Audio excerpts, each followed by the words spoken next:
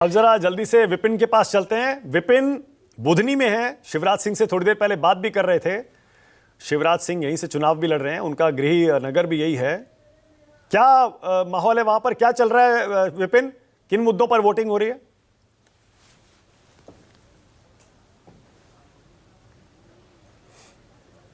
बिल्कुल, देखिए मुद्दा यह है कि वन साइडेड वोटर है जो मैं अब तक समझ पाया हूँ बुधनी में। खासतौर पर शिवराज सिंह चौहान करीब 20 साल से यहाँ पर बतौर जीतते आए हैं, विधायक भी हैं, 4 बार के विधायक, 4 बार से मुख्यमंत्री हैं। दूसरी तरफ यहाँ पर जो अलग अलग बूथ पर जब जाके देखता हूँ तो यहाँ पर जो डेवलपमेंट के काम हुए हैं, जो जनता यहाँ बताती है कि वो बड़ा मुद्दा यहाँ पर रहा है, और बहुत कुछ यहाँ की सड़कें और बाकी चीज़ों को भी हम देख भी रहे हैं। तो इसलिए यहाँ का जो वोटर है वो एक तरफ जो जा रहा, मैं आपसे वन साइडेड बोल रहा हूँ। दूसरा, महिलाओं की संख्या ये बताती है, वोटिंग परसेंटेज अगर बात की जाए ओवरऑल, तो मैं देख रहा हूँ कि यहाँ का वोटिंग परसेंटेज काफ़ी हद तक आगे जा रहा है। पिछले बार की जो अभी तक की जो स्थिति बताती है कि पिछले बार जो 70 से 73% जो वो परसेंटेज गया था, वो 1-2% ऊपर ही जा सकता है। जिस तरह से वोटिंग धीरे धीरे बढ़ती आ रही, ये लंबी कतार अभी तक देख भी रहे हैं आप मेरे ठीक पीछे।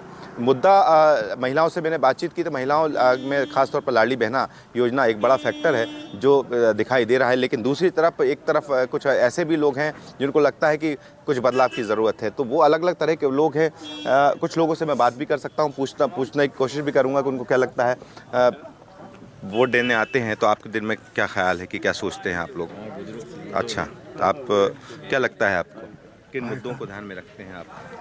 अरे यही विकास को, और क्या।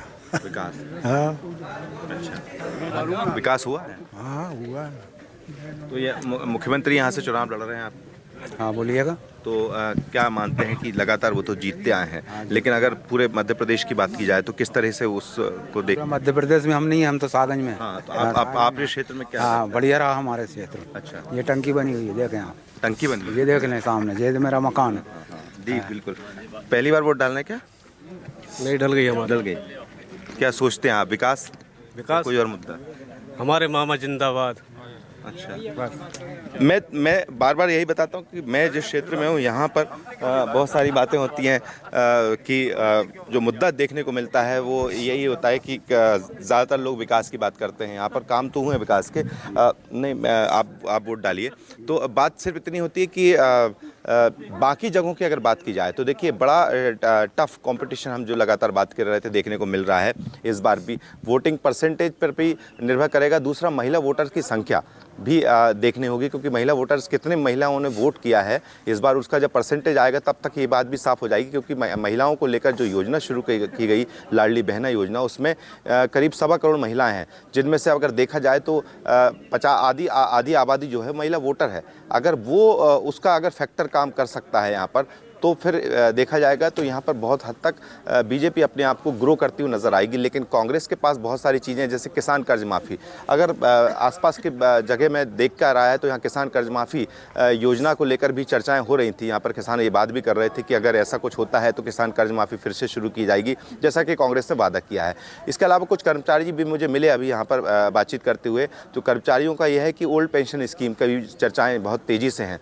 तो जिन फैक्टर्स पर चुनाव लड़ रहे हैं बीजेपी और कांग्रेस, उनमें से दोनों चीज़ें अगर देखी जाएं तो कांग्रेस के पास जो बार बार कांग्रेस जिसको मंच पे रख रही थी वो थी ओल्ड पेंशन स्कीम या किसान कर्ज माफ़ी के साथ साथ लाडली बहना की जो तोड़ निकाला है, नारी सम्मान योजना, 1500 रुपये का गैस सिलेंडर, जो हम बात कर रहे हैं मुफ्त की जो योजना है जिसके ज़रिए जनता तक सीधे लाभ पहुँचाया जाए।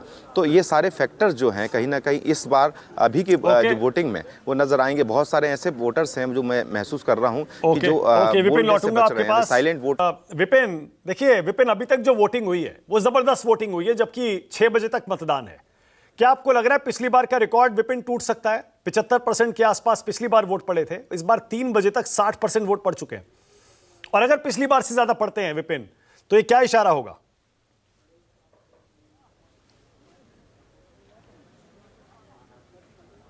बिल्कुल, देखिए बिल्कुल, मुझे जो लग रहा है कि अभी जिस तरह से वोटिंग करने वाले लोग अभी तक आ रहे हैं तो लगता है कि पिछली बार का रिकॉर्ड टूट ही जाएगा। क्योंकि 75% से ज़्यादा से ज़्यादा 1 या 2% का तो अंतर मुझे देखने को मिल रहा है कि हो सकता है। और उसमें मैं जो अभी कह रहा हूँ कि महिलाओं के वोटिंग परसेंट क्या है वो भी मुझे लगता है कि बढ़ा हुआ देखने को मिलेगा। और ये बढ़ा हुआ वोटिंग परसेंट महिलाओं का एक वन साइडेड मैं जो कह रहा हूँ इशारा करता है कि महिला वोटर्स आखिर अगर बड़ी संख्या में वोट करने पहुँचती हैं तो महिला वोटर्स कहाँ जा रही हैं, एक इस पर भी एक विचार करना होगा, क्योंकि वोट बड़ा वोट बैंक है मध्य प्रदेश में। दूसरी बात की जाए तो पिछले विधानसभा चुनाव के जो नतीजे आए थे वहाँ पर वोट परसेंट जो था बीजेपी और कांग्रेस का, उसमें देखिए बीजेपी ने सीट भले ही कम जीती हूँ, 109 सीटें बीजेपी के पाले में गई थी, लेकिन उनका बीजेपी का वोट जो शेयर था, वोट परसेंट था जो, वो कांग्रेस के उससे ज़्यादा था। तो ये और कांग्रेस का बीजेपी से कम था, जबकि सीटें ज़्यादा थी। तो ये बताता है कि पिछले विधानसभा चुनाव में बीजेपी के पक्ष में भी वोट ज़्यादा डले थे, वोटों की परसेंटेज ज़्यादा था, भले ही उनको सीट कम मिली हो बहुत सारी जगह। ठीक, मैं अगर बुधनी की बात करूं तो बुधनी सीहोर ज़िले की अलग एक विधानसभा सीट है। तो इस बुधनी में अब तक की स्थिति में, आज की स्थिति में 70 से प्लस वोट डल चुके हैं, 70% से ज़्यादा, 71-72 यहाँ हो चुका है, जो कि पूरे ज़िले में सबसे ज़्यादा इसी सीट पर है, क्योंकि बड़ी संख्या में वोटर्स हैं। तो दूसरी चीज़ है कि इसका फ़र्क भी देखने को मिलेगा। लेकिन अब तक की जो हम देख रहे थे कि जो चुनाव में जो समीकरण देखने को मिल रहा है, तो उसमें लग रहा था कि इस बार जो वोटर है वो ज़्यादा अपना मतदान में इतना रुझान नहीं देखने को मिलेगा, मतदाता ज़्यादा नहीं पहुंचेगा। लेकिन इससे उलट देखने को मिल रहा है कि मतदाता बहुत ज़्यादा संख्या में यहाँ पर मतदान केंद्र पर आकर अपना वोट यहाँ पर दे रहा है। तो ये भी बताता है कि अचानक ऐसी क्या स्थिति बनी कि मतदाता को निकल कर पहुँचना पड़ रहा है, वोट देने के लिए पड़ रहा है। तो कुछ इसके समीकरण कहीं ना कहीं एक तरफ कई बार तो सत्ता पक्ष की तरफ भी इशारा करते हैं कि ज़्यादा परसेंटेज अगर होता है तो वो भी बताता है कि कहीं ना कहीं सत्ता पक्ष की तरफ से। तो दूसरी तरफ ये भी है कि पिछली बार के भी वोट अब अगर देखा जाए तो परसेंटेज इस बार के परसेंट में अगर अंतर भी नहीं दिखता है, तो कांग्रेस तो पिछली बार भी सरकार में आई थी। तो ये सारे समीकरण हैं। अब देखना तो यही होगा कि 3 तारीख को नतीजे क्या होते हैं। लेकिन ग्राउंड पर जो हम बार बार लोगों से जानने की कोशिश कर रहे हैं, जानने की पूछने की कोशिश कर रहे हैं, तो बहुत सारे मुद्दे ऐसे हैं जो बताते हैं कि जिन मुद्दों पर शायद दोनों ही पार्टियों ने एक सर्वे जो किया होगा, उन मुद्दों को अपने वादों में और घोषणाओं में रखा है, क्योंकि वही चीज़ यहाँ पर लोगों के जहन से निकल के सामने आ रही है, उन्हीं का बार बार जिक्र किया जा रहा है। महिला जब कहती है कि लाडली बहना का जिक्र करती है, तो दूसरी महिला ये भी कहती है कि हो सकता है कि बढ़ते हुआ इसका दायरा मिले, 1500 मिल जाए। या फिर दूसरी तरफ है कि महंगाई एक बड़ा मुद्दा जो कि लगातार था कि 500 रुपये का गैस सिलेंडर हर कोई चाहता है, तो वो भी यहाँ पर जो महिला वोटर्स वो ये सोच रही हैं। रोजगार, बेरोजगारी जैसे मुद्दे हैं। विकास का मुद्दा, मैं बार बार कह रहा हूँ कि विकास के मुद्दे पर कहीं ना कहीं बीजेपी स्टैंड जरूर लेती है, लेकिन विकास के मुद्दे पर कांग्रेस इस पर हमेशा बीजेपी पर आरोप लगाती है कि विकास मध्य प्रदेश में वैसा नहीं हुआ है। भ्रष्टाचार का मुद्दा एक बड़ा हावी रहा है। तो अलग अलग, ना सिर्फ बुधनी, क्योंकि मैं बुधनी में हूँ तो ये शिवराज सिंह चौहान का गढ़ है, इसलिए यहाँ का वोटर ज़्यादातर मुझे जो मिला है वो एक तरफा है। लेकिन बाकी जगह की बात की जाए तो बहुत बड़ी कठिन परिश्रम उन लोगों के साथ है जिनको बीजेपी ने मैदान में उतारा है, जैसे 3 केंद्रीय मंत्री और समेत 7 सांसद हैं।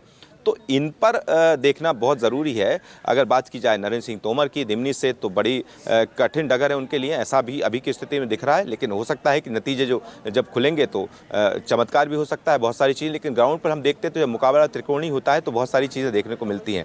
चाहे कैलाश विजयवर्गीय की टफ सीट की बात की जाए, क्योंकि पहले भी इस बात पर चर्चा हो चुकी है कि सिर्फ प्रहलाद पटेल को छोड़ दिया जाए नरसिंहपुर को, तो बाकी जितनी सीटें हैं वहाँ पर तो सिटिंग एमएलए कांग्रेस के ही हैं।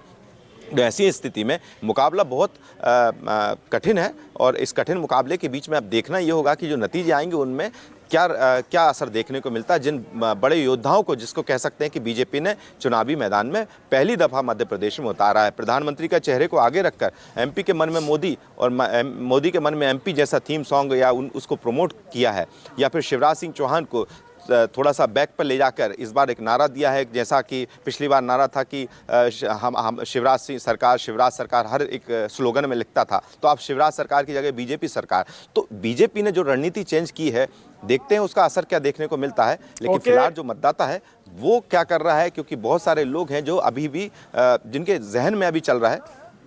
जी, ओके।